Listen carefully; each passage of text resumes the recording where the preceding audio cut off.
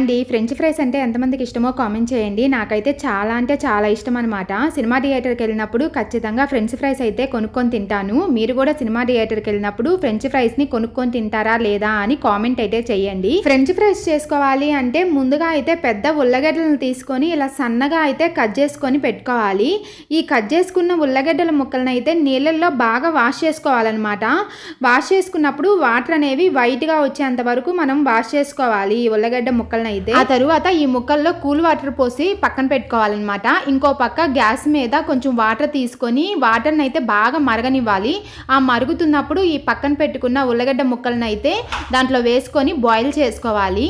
Boil చేసుకున్న తర్వాత ఆ ముక్కలను అయితే ఫ్రీజర్లో పెట్టుకోవాలన్నమాట. ఈ ముక్కల్ని ఫ్రీజర్లో 2 అవర్స్ వరకు పెట్టుకోవాలి. ఆ తరువాత అయితే 2 టైమ్స్ అయితే మనము డీప్ ఫ్రై చేయాలన్నమాట వీటిని. అప్పుడు ఫ్రెంచ్ ఫ్రైస్ అనేవి రెడీ అయిపోతాయి. వీడియో నచ్చితే లైక్ చేయండి. Bye bye.